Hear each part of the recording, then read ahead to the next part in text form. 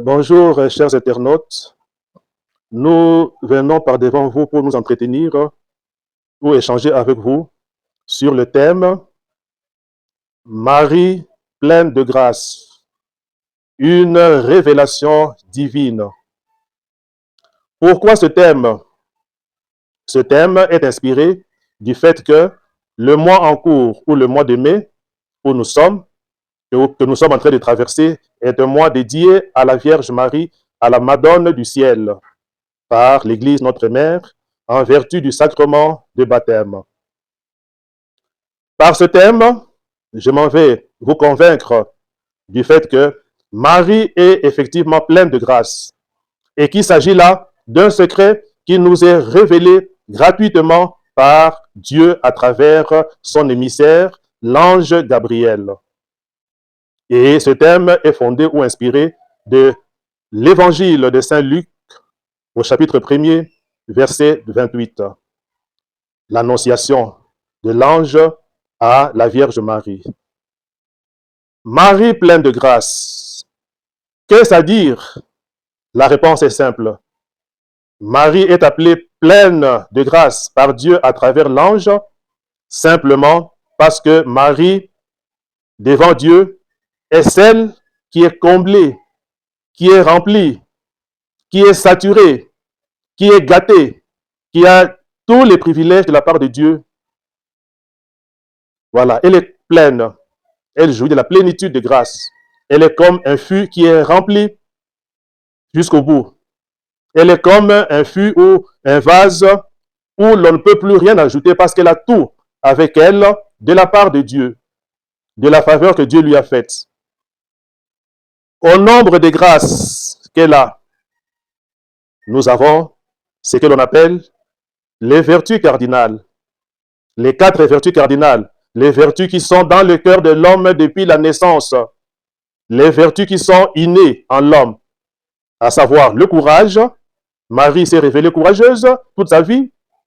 À savoir la prudence. Marie s'est révélée prudente toute sa vie. À savoir la justice. Marie est parmi les honnêtes hommes de ce monde, parmi les hommes justes devant Dieu et devant les hommes. Et la 4e grâce ou vertu cardinale, c'est la tempérance ou le sens de la mesure. Comme pour dire que parmi les grâces que Marie a, ce sont d'abord les vertus cardinales, les vertus qui sont dans son cœur et qui démontrent qu'elle est pleinement homme. En dehors des 4 vertus cardinales, Marie est aussi la première chrétienne ou le premier disciple de Jésus, le Christ. Et comme disciple du Christ, le chrétien est doté de ce que l'on appelle vertus théologales. Au nombre de 3 sont-elles. Il s'agit de la foi. Marie est une femme de foi et d'une foi dont on ne peut en aucun cas douter un seul instant. La 2e vertu théologale, c'est la charité.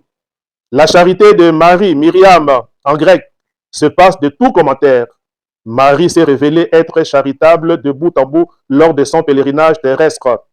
La preuve, c'est qu'elle a donné au monde tout ce qu'elle avait de plus cher, son Fils, le Christ. La 3e vertu théologale de Marie, c'est l'espérance. En cette année jubilaire, placée sous le signe de l'espérance, Marie est celle qui nous sert de lampe.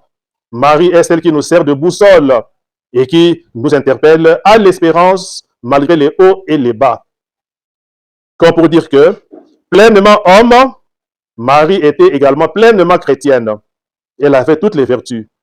Que pour les détails par rapport à ces 2 catégories de vertus que Marie avait en elle, il y a lieu de nous rabattre sur la litanie ou les différentes litanies composées en l'honneur de la Vierge Marie, qui nous donne, qui nous indique avec force détail les différentes vertus ou grâces dont Marie était comblée de par le ciel. À partir du moment où nous savons que Marie, notre Mère du ciel, est comblée de toutes les grâces ou de toutes les vertus possibles qu'un homme puisse envier, la conséquence ou l'implication, c'est que tout chrétien, tout baptisé, disciple du Christ, devrait s'approcher de Marie Personne ne devrait être loin de Marie, comblé de grâce.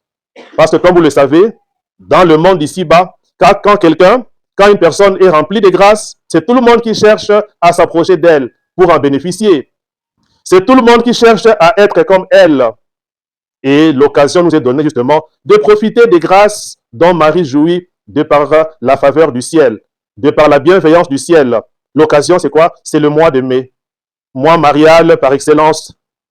Pour ceux qui ne le savent pas, il y a plusieurs raisons qui ont fait que l'Église puisse dédier ou appeler le mois de mai mois marial. Mois marial. Pour n'en citer que deux. La première des raisons, c'est que dans la tradition occidentale, dans la tradition européenne, où il y a 4 saisons, le mois de mai est ce mois qui coïncide avec la première saison de l'année, qui est le printemps. La plus belle des 4 saisons de l'Europe ou de l'Occident, où nous avons d'abord le printemps, nous avons l'été, nous avons l'automne et nous avons l'hiver. Et après cela, on revient au printemps. Au sortir de l'hiver, que tout le monde redoute, c'est le printemps. Et durant le printemps, il y a des fleurs, il y a floraison. Le temps est beau, le temps est doux. C'est la raison pour laquelle ce mois de mai est dédié à la Vierge comme pour faire allusion à sa douceur, comme pour faire allusion à sa pureté de cœur.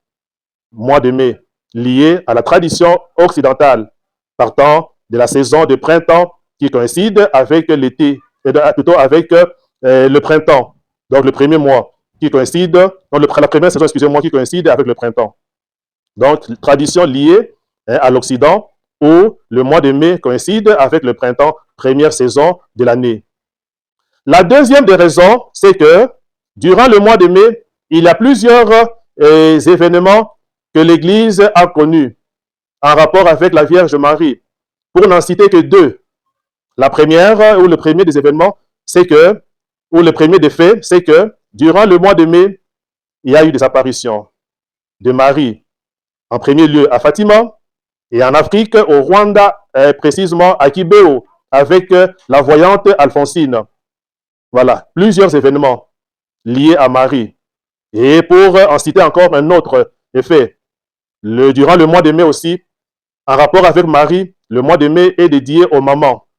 Souvenez-vous simplement du fait que le 4e dimanche du mois de mai est, par la tradition, dédié aux mères de ce monde, aux mamans, en rapport avec la Vierge Marie. Alors que chez nous, en RD Congo, c'est le 2e dimanche du mois de mai où sont célébrées les mamans, toujours en l'honneur de Marie qui était mère comme toutes les autres. Voilà là, donc les faits ou les raisons parmi lesquelles qui ont fait que le mois de mai soit dédié à la Vierge Marie. Autant d'événements qui se sont produits en rapport avec Marie durant le mois de mai, et puis la tradition occidentale avec la saison de printemps qui coïncide avec le mois de mai. Dès lors, comment profiter des grâces dont jouit Marie durant ce mois de mai? Comment s'approcher d'elle pour l'imiter et jouir également de la part de Dieu de toutes ces grâces?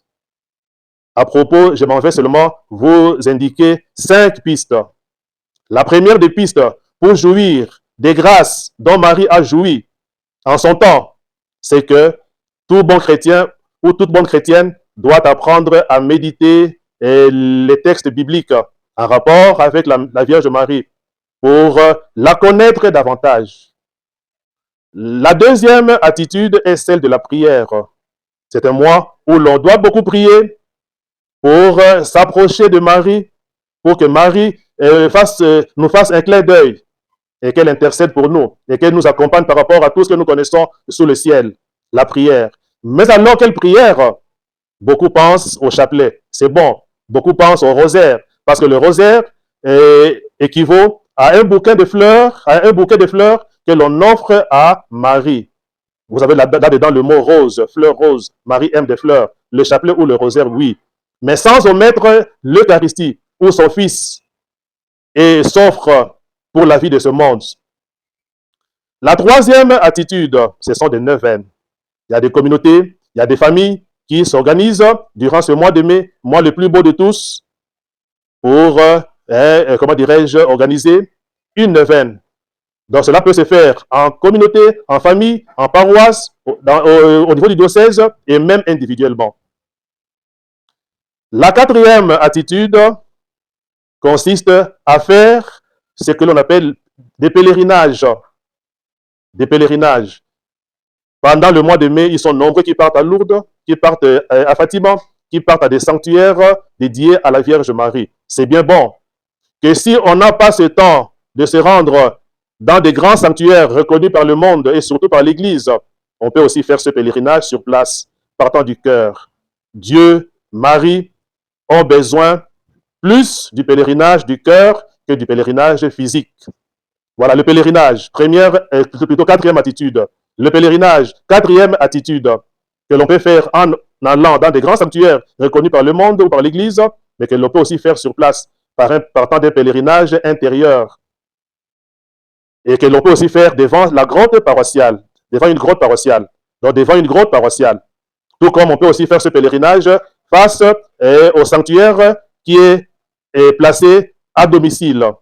C'est le pèlerinage du cœur. C'est le cœur qui va vers Marie avant toute autre chose. La cinquième et dernière attitude, c'est l'imitation de l'exemple de Marie. Purement et simplement, l'imitation de Marie, la Vierge, qui est le modèle de l'Église, mais qui est également le modèle, qui est également le modèle pour tout chrétien disciple du Christ, parce que c'est elle la première chrétienne, c'est elle le premier disciple. La cinquième attitude, c'est l'imitation même parfaite de Marie, pour que nous puissions jouir des grâces dont elle a joui en son temps, dont elle continue encore à jouir, et qu'elle est prête à partager avec quiconque s'approche d'elle, qu'elle est prête à partager avec quiconque veut être à son école. À l'exemple des vases communicants. Marie est tellement pleine qu'elle peut communiquer. Marie est tellement pleine de Jésus, son Fils, qu'elle peut nous obtenir beaucoup de grâces par rapport à notre situation. La preuve, lisez seulement Jean 2. Elle va intercéder pour les habitants de Cana qui en sont venus à manquer du vin. Ce qu'elle a fait à Cana peut encore se reproduire aujourd'hui, n'en doutons point.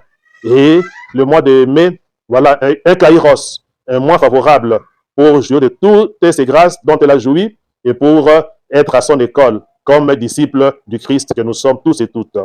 Et celui qui a ou celle qui a un commentaire en rapport à ce sujet, Mariale, le fasse et il est déjà ou elle est déjà le bienvenu ou la bienvenue. Merci.